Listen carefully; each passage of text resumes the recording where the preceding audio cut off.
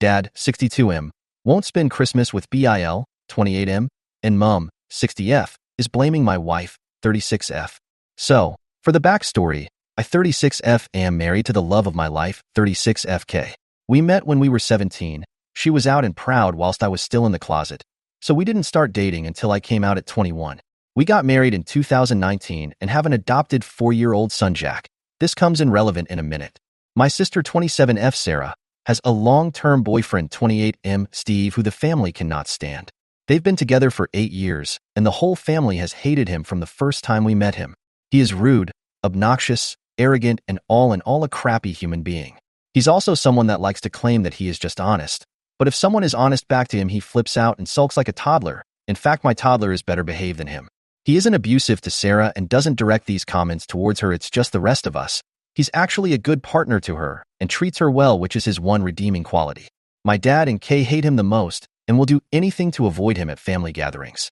Kay usually just ignores him and brushes off anything he says to her as she doesn't like conflict.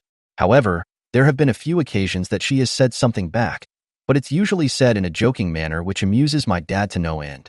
My mom is a peacekeeper and will do anything to avoid drama, so she just changes the topic whenever he starts, but she and my grandparents all hate him just as much as the rest of us.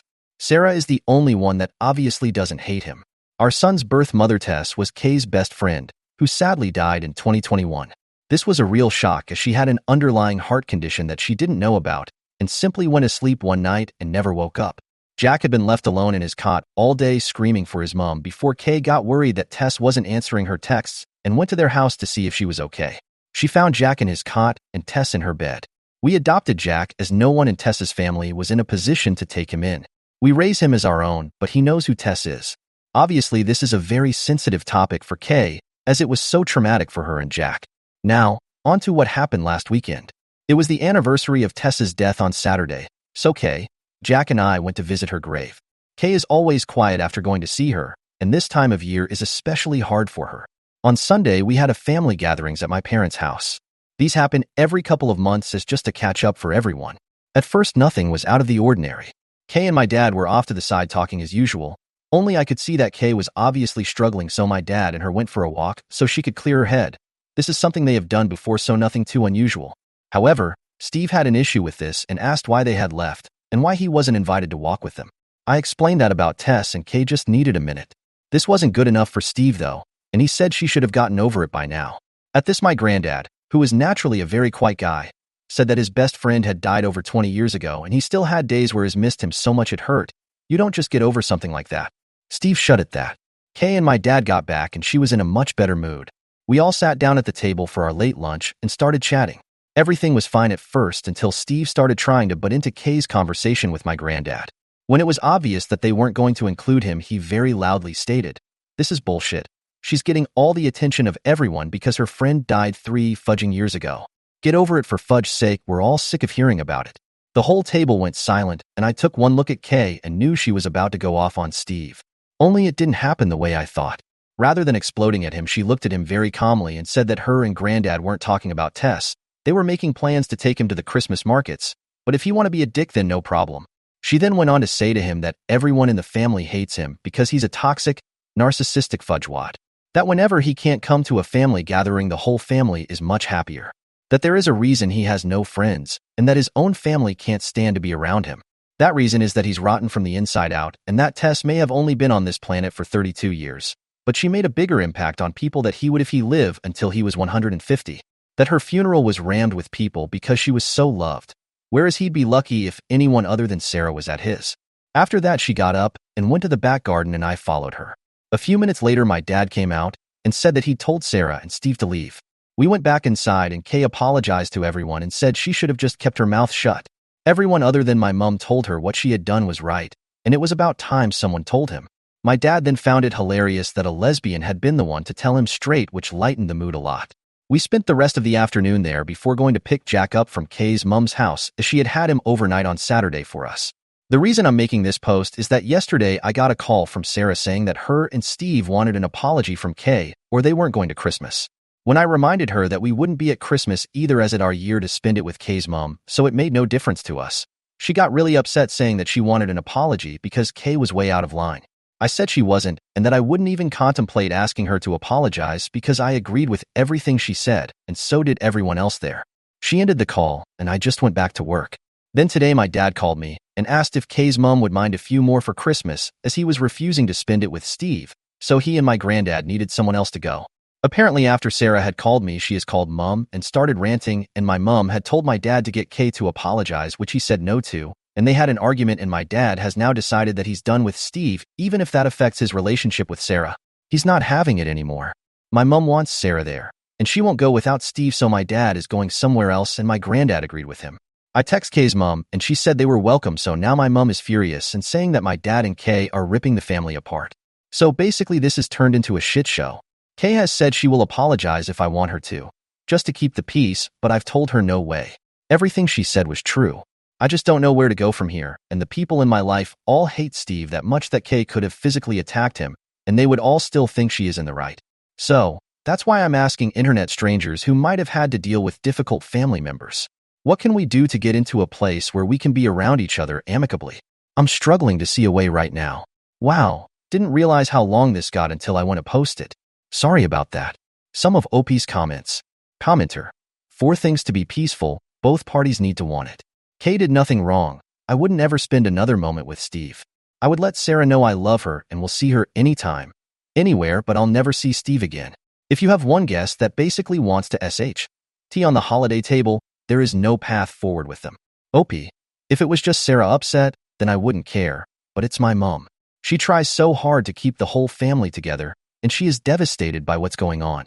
If it wasn't for her, then Sarah could go take a running jump for all I care right now. Sarah. This is the issue, that Steve and Sarah don't see anything wrong in what he's done. It was just him being honest.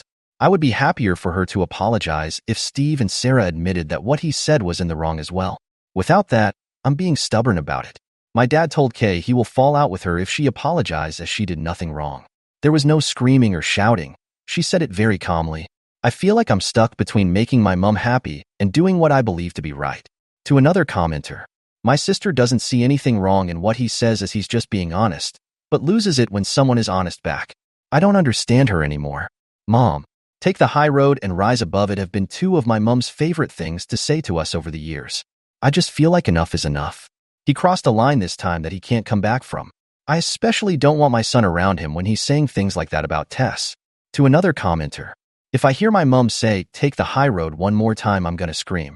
I'm sick of the high road. I've been on it for 8 years. I'm happy on the low road now. Later that day. OOP. Well, I've just found out that my granny and pa, my mom's parents, are going to my uncle's for Christmas, and Steve is not invited. So it looks like it's going to be just Mom, Sarah, and Steve for Christmas this year. How OP feels about that. Vindicated, as my mom is like her parents.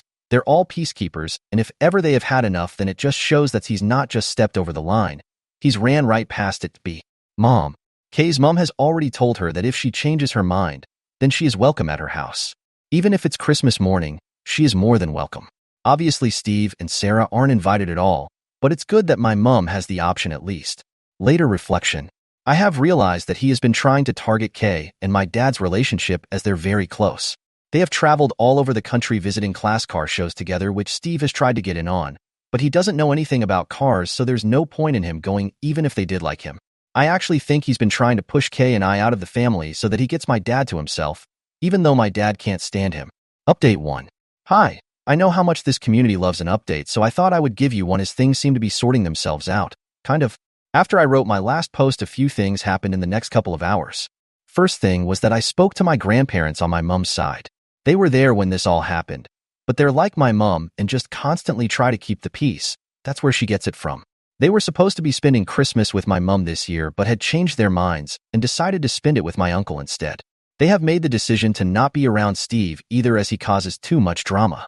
They asked if they could come and see us and Jack on the 23rd before they head off to my uncle's, which I happily agreed to. This really surprised me, and it outright shocked my mom. As like I said, they are the biggest take the high road type people I've ever met, but even they'd had enough.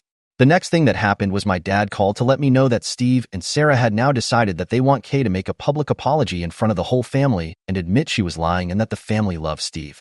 He was laughing as he told me this and called them delusional. So any small chance of a superficial apology went out the window. The third thing that happened was Jack getting home from after-school club with a recorder that I am sorely tempted to shove up the teacher's backside. So all in all, it wasn't a great day. Through talking to people on here, I also realized that Steve has been trying to push Kay and I out of the family, organizing trips that he knows we would be able to go on. We wouldn't have gone on them anyway, as a weekend away with him sounds worse than a paper cut to the eyeball, and him constantly trying to get my dad away from Kay whenever we are all together. I think this is because he is jealous of Kay and Dad's relationship, as they're very close and go on trips to classic car shows several times a year together, usually with my granddad as well. Anyway, things went quiet for a few days until the weekend. Our town has a big Christmas fair that runs from November through December, and we always go to it with Mom, Dad, Granddad, Kay's mom. We decided to cheer my mom up a bit to go on Sunday, and then out for dinner after. My mom was told that if Sarah or Steve showed up, then we would all leave, and she promised they wouldn't be there. Things were a bit awkward at first, but settled after a while. At one point, Jack got my mom and Dad to take him on the giant snow slide, and as my mom walked back over to us, she had tears in her eyes. I pulled her to one side to see what was going on, and she said that whilst waiting in line, Jack had said he was happy Uncle Steve wasn't here. When my mom asked why, he said that Uncle Steve was a bad man. My mom tried to say that he wasn't, but in typical stubborn 4-year-old fashion, he had argued and said he learned in school that people who say mean things all the time are bad people, and Uncle Steve said mean things all the time, so he was a bad man and that he didn't like him. There had been a case of bullying in his class a few weeks ago, and the teacher had done a lesson on how wrong bullying is, so I think that's where this came from. This finally broke through to my mom. If even a 4-year-old can see what a horrible prick the man is, then she had to as well.